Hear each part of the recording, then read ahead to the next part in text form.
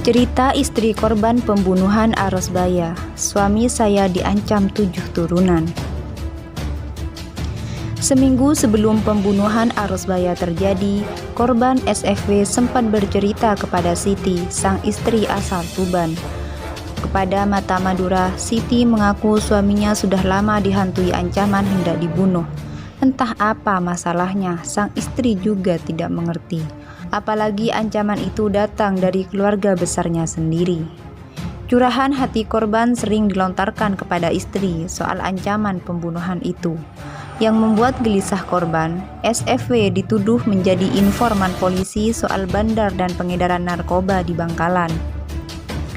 Korban diduga membocorkan inisial S sebagai pengedar narkoba, yang dicurigai adalah korban. Padahal cerita suami saya sama polisi saja dirinya tidak kenal. Dia sampai sumpah-sumpah sama saya jika masalah itu tidak benar, ungkap Siti kepada Mata Madura melalui via telepon Minggu 14 Maret 2021.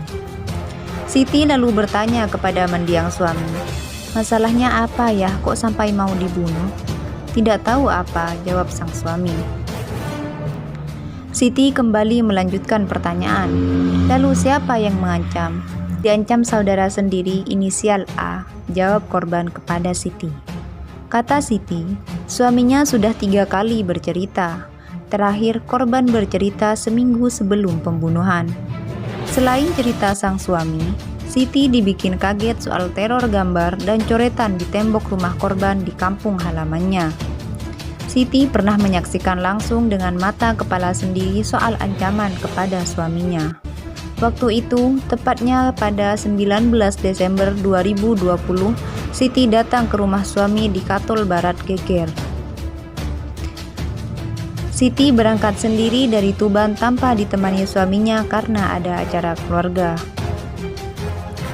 Siti kaget saat sampai di rumah suaminya ada tulisan yang menakutkan. Tampak di hadapan mata Siti ada tulisan di depan tembok rumah suaminya yang bernada ancaman.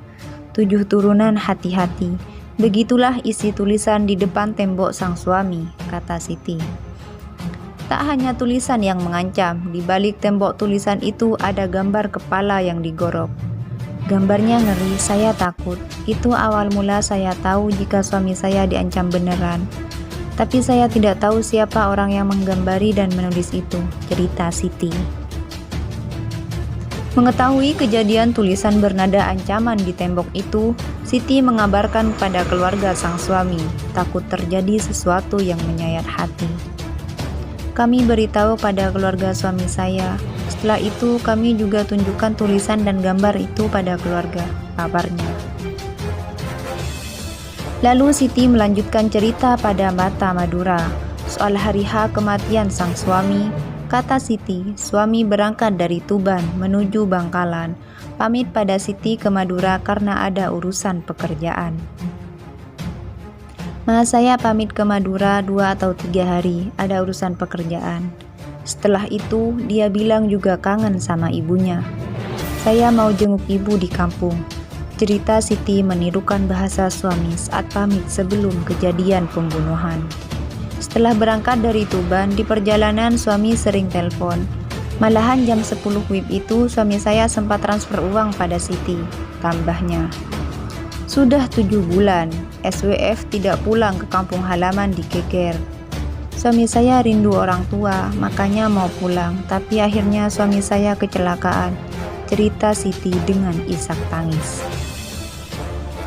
Dengan semua cerita itu, Siti berharap semua pelaku yang terlibat aksi pembunuhan suaminya agar segera ditangkap dan dihukum sesuai dengan hukum yang berlaku.